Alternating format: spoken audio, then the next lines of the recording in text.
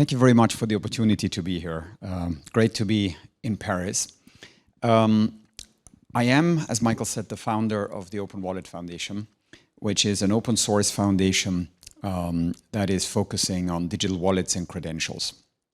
But I would like to tell you something about a project where we are just one of over 30 co-organizers, which we call the Global Digital Collaboration.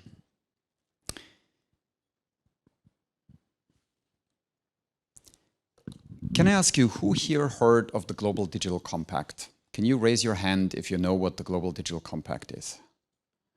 Okay, that's not a lot of people.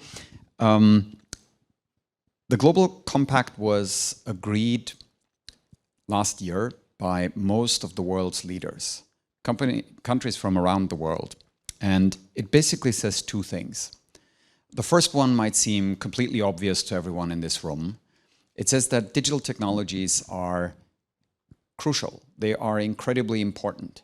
They present enormous opportunities, but they also create threats. And what makes those threats worse is that some of them are unknown. And it's very hard to prepare for something if you don't exactly know what's coming. And so the second point of the Global Digital Compact is they try to answer the question, how do you harness those opportunities so they benefit everyone around the world? And how do you prepare for the threats? And the answer the Global Digital Compact gives is to say we need to work together. Countries need to work with other countries.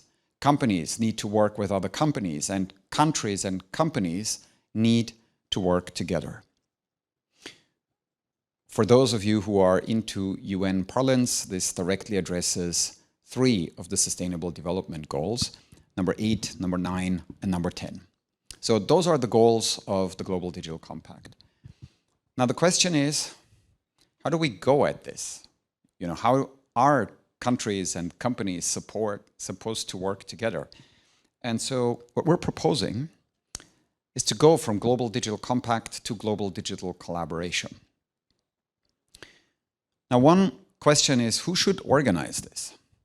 Should it be the Eclipse Foundation? Should it be the Linux Foundation? Should it be ISO? Should it be IC? Should it be the World Bank, the United Nations? Who is going to coordinate that global digital collaboration? And I have some battle scars when it comes to this. When we started the Open Wallet Foundation, we were the first Linux Foundation project with a governmental advisory council. And the idea was simply to say, well, governments care about digital wallets. This is where your passports will live, where your driver's licenses will live, where your money may live if a country adopts central bank digital currencies. So we create a governmental advisory council. And we got 12 countries to join our governmental advisory council. But then some countries said, why is a private sector organization going to be the organization where we as a country meet other countries? There must be a better way to do that. So we started a sister organization last year called the Open Wallet Forum. And unlike the Open Wallet Foundation, which was and still is hosted at the Linux Foundation, the Open Wallet Forum was based at the ITU. But then we had other standard development organizations that said, why should ITU, one standard development organization, host all other standard development organizations? The World Health Organization said, well, when it comes to health credentials, that's us, that's World Health Organization. Why should ITU convene the health conversations? ICAO is responsible for e-passports, so they feel that they should be in the driver's seat for the e-passport community. So the question is, how are you going to bring really everyone together? How are you going to get countries to be excited, but also different UN agencies and different standard development organizations and different open source organizations so that no one is more equal? That it's not just your or my conference and I'm a guest at your conference. So I'll show you more about this, but the basic idea is that the Global Digital Collaboration is not convened by the Open Wallet Foundation or any other single organization, not even any other single UN organization. It's convened by all of us. every standard organization, every open source organization, every intergovernmental organization that is interested can be a co-convener of the global digital collaboration. So let's dive deeper into this. There are quite a few things, quite a few initiatives that claim to be multi-stakeholder. But a lot of these multi-stakeholder initiatives are organized either by the public or the private sector. And there is a big difference between me throwing a barbecue and inviting Annie to that barbecue, or Annie doing a dinner and inviting me, or her and me throwing a party together. So the idea is that the global digital collaboration is not just a public sector initiative with some private guests, or a private sector initiative with some public guests, but the idea is to create something really novel. It's something that we are creating together. It is jointly run by the public sector and the private sector. And this is more unique than it looks. Most initiatives that you can think of are really public or private sector initiatives. So think about ICANN, right? ICANN ultimately is a private sector initiative when you look at the governance. Or look at ITU. ITU is proud, and they should be proud, that they have 1,000 private sector members, but ultimately it's 194 governments that are responsible for the governance structure. So it's really rare to try and create something where the public sector and the private sector meets at eye level. So who are the organizations that are responsible? Well, I mentioned them already. One are intergovernmental organizations, both UN organizations as well as other IGOs, like for instance the OECD. Trade associations and other non-governmental organizations, standard development organizations, and open source organizations. And we're going to convene this together. No hierarchy between those organizations. So the idea is that those organizations are acting as doors. So the global technical community, the countries, the companies, the universities, anyone who's interested in that discussion can come in completely for free. There are no membership fees, there are no fees for speakers, there are no fees for anyone to participate.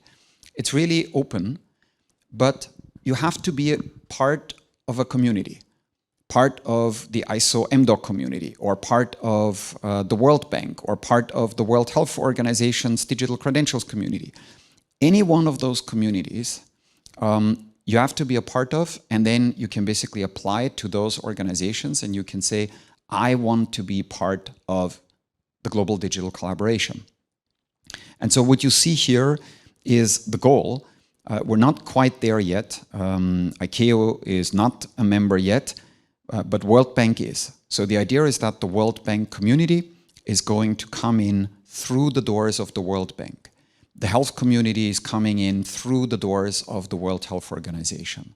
The global ICT community from the public sector side, the ministries of ICT, they come in through the ITU. And then we do the same thing on the private sector. So here the idea is that if you are in the health area, if you're a pharmaceutical company, hopefully you will come in through the IFPMA, the Organization of a Global Pharmaceutical Industry.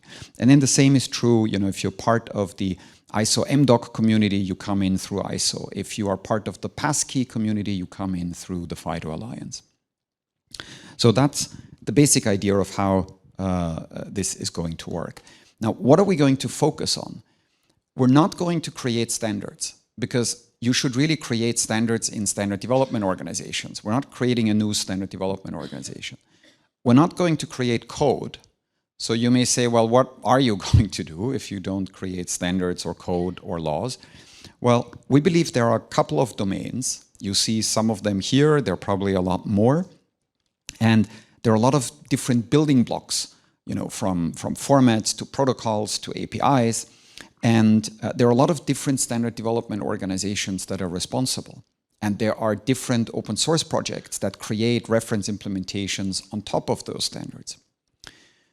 What we're going to do is we are bringing all the communities together to discuss at a meta level what should be done.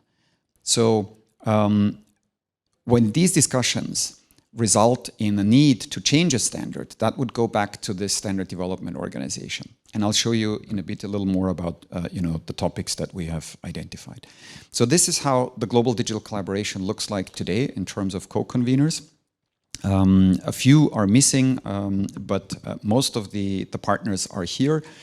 And this is a really rare picture. It's very rare that even different UN organizations are working together side by side and organizing something together.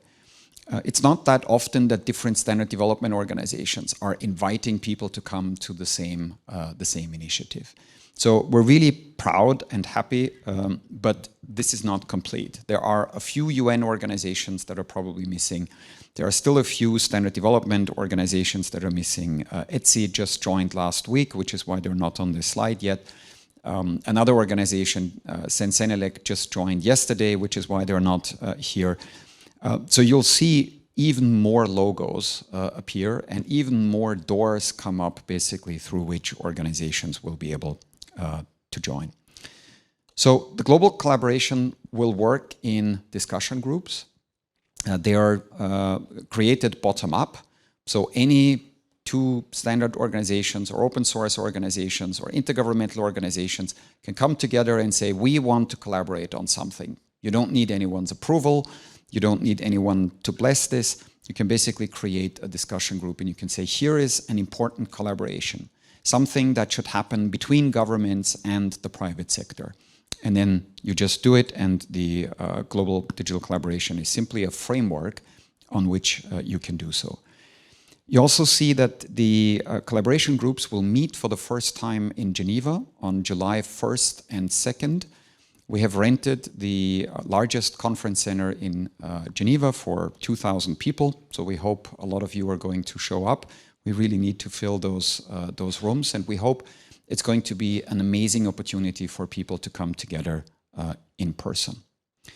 So I know this is an AI conference, and there is an AI announcement I want to make, but let's start quickly with how this started. It was around digital wallets and credentials. Why? Because governments care about wallets, and many companies care about wallets, right? This is your passport, your driver's license, health credentials. So you see a couple of those discussions as well as invited parties. And those are concrete examples of things that we believe should be discussed in a forum that goes beyond a single standard development organization. So take a look at the first topic, global platform requirements. What do you want in terms of biometric support of a phone? The fingerprint reader, the Face ID. Every company does at the moment what they think makes sense. Now, a lot of standard development organizations and communities deeply care about this. IETF, the Internet Engineering Task Force, is hosting the SDJOT community. W3C, the Verifiable Credentials community. ISO and IC, the MDOC community. They deeply care. But so does the European Commission. So does the Digital Agency in Japan. So does NIST in the United States. So this is a classic example where we believe it makes sense to have a more neutral place to bring everyone together and discuss platform requirements. I don't want to bore you with details that have nothing to do with AI, so let me jump straight to AI and to an announcement.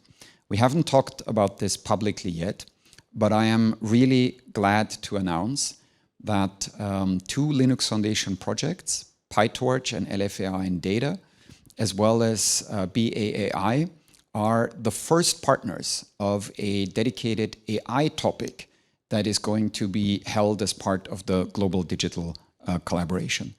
We have identified a couple of initial topics.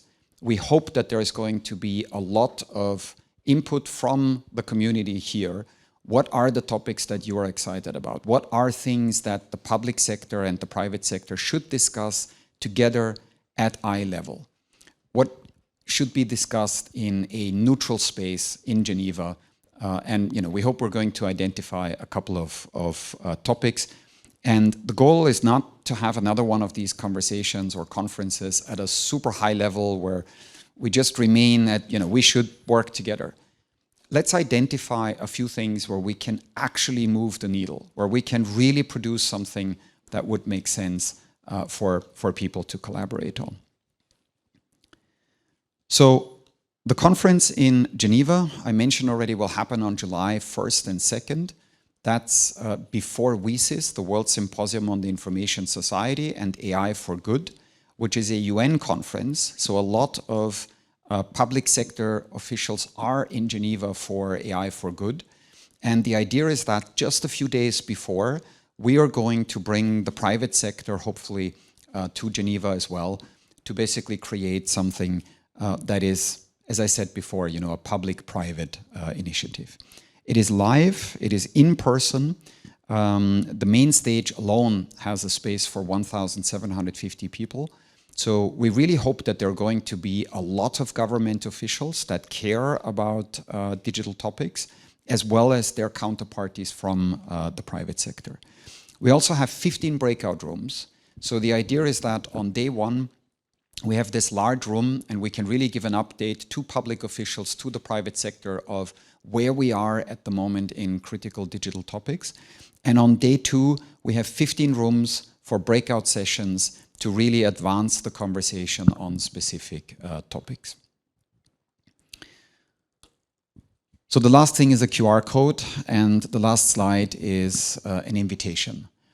If you feel that you should be part of a public-private conversation, if you are interested and excited in an effort that brings intergovernmental organizations and governments together with the global standard development and open source community, please scan this code. It should bring you to a page where you find all the co-organizers.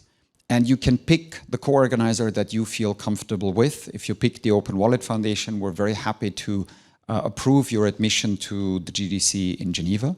But if you're part of a different co-organizer community, pick whatever you want, apply to be there, and I very much hope to see you soon in Geneva. Thank you very much.